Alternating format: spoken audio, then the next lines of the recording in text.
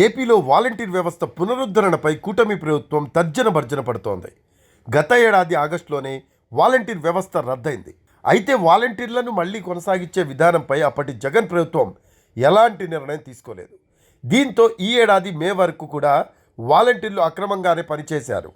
ప్రస్తుతం ప్రభుత్వ లెక్కల్లో చూసుకుంటే 1,53,908 మంది వాలంటీర్లు ఉన్నారు.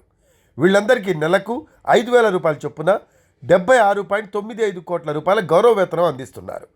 ఎన్నికలకు ముందు వాలంటీర్ వ్యవస్థ అంశం కూడా చర్చనీయాంశమైంది. ముందుగా దీన్ని వ్యతిరేకించిన టీడీపీ, జనసేన, బీజేపీ ఆ తర్వాత తాము అధికారంలోకి వస్తే ఒక్కో వాలంటీర్కు 10,000 రూపాయలు ఇస్తామని హామీ ఇచ్చాయి.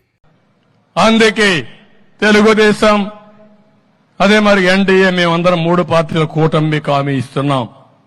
మీ ఉద్యోగాలు తీసేయం, వాలంటీర్ వ్యవస్థ కొనసాగిస్తామని మరొక్కసారి మీ అందరికీ హామీ ఇస్తున్నా. ఉగాది రోజున, పండుగ రోజున తీపి కబురు మీకు అందరికీ ఇస్తాం. 5,000 కాదు, మీకు రాబోయే రోజుల్లో 10,000 రూపాయలు పారితోషికం ఇచ్చే బాధ్యత మాది. ఇప్పుడు వాలంటీర్లకు జీతం పెంచితే ఏటా ప్రభుత్వానికి 1,848 కోట్లు ఖర్చు అవుతుంది. ఈ ఏడాది మార్చి, మే మధ్య 1,09,192 వాలంటీర్లు రాజీనామా చేశారు. పరిమిత సంఖ్యతో వాలంటీర్ల వ్యవస్థ కొనసాగించాలని కూటమి ప్రభుత్వం యోచిస్తోంది.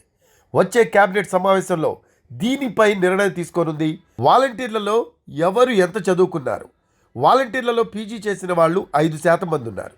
ఇక డిగ్రీ చేసిన వాళ్ళు 32% మంది ఉన్నారు. డిప్లొమా చేసిన వాళ్ళు 2%, ఇంటర్ చేసిన వాళ్ళు 48%, 10వ తరగతి వరకు మాత్రమే చదివిన వాళ్ళు 13% మంది ఉన్నారు. ఇక ఏజ్ పరంగా మనం చూసుకుంటే 20 నుంచి 25 ఏళ్ల మధ్య ఉన్నవారు 25% మంది ఉన్నారు. 26 ఏళ్ల నుంచి 30 ఏళ్ల మధ్య ఉన్నవారు 34% మంది ఉన్నారు. 31 ఏళ్ల నుంచి 35 ఏళ్ల మధ్య ఉన్నవారు 28% మంది ఉన్నారు. కొన్ని అంశాలు తెర మీదకు వస్తున్నాయి. సచివాలయ ఉద్యోగులతో పింఛన్ల పంపిణీ సజావుగా సాగుతోంది. గత నెలతో పాటు ఈసారి కూడా సచివాలయ ఉద్యోగులు సమర్థవంతంగా పింఛన్లు పంపిణీ చేశారు. దీంతో ఇక నుంచి వారితోనే పింఛన్ పంపిణీ కార్యక్రమాన్ని కొనసాగించవచ్చు. అందుకోసం అదనంగా సిబ్బంది అవసరం లేదని పలువురు వ్యాఖ్యానిస్తున్నారు. ఈ క్రమంలోనే ఏమాత్రం పని అనేది లేకుండా ఖాళీగా ఉన్న వాలంటీర్లకు టీడీపీ కూటమి ప్రభుత్వం జీతాల బిల్లులు పెడుతూ ఉండడంపై పలువురు అభ్యంతరం వ్యక్తం చేస్తున్నారట. ఇప్పటికే కొందరు వాలంటీర్లు రాజీనామా కూడా చేశారు. మరికొందరు మాత్రం చంద్రబాబు ప్రభుత్వం కొనసాగిస్తుంది అన్న ఆశతో అలాగే ఉన్నారు. వారికి ప్రభుత్వం ఎలాంటి జాబ్ చార్ట్ను అప్పగించలేదు. పైగా వాలంటీర్లంతా సచివాలయాలకు హాజరు కావాలి అన్న నిబంధనలు కూడా వారికి పెట్టలేదు. అయినా వారికి జీతాలు చెల్లించేందుకు అధికారులు బిల్లులు పెట్టారట.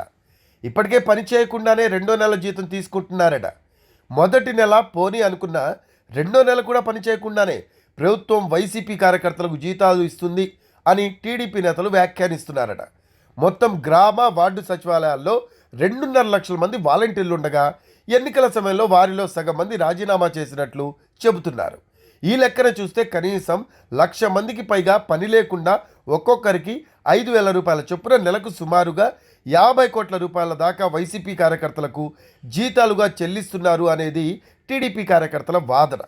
జగన్ ప్రభుత్వం దీనిపై వాలంటీర్లను నియమించుకొని గత 5 ఏళ్లలో 7,600 కోట్లు ఖర్చు చేసింది.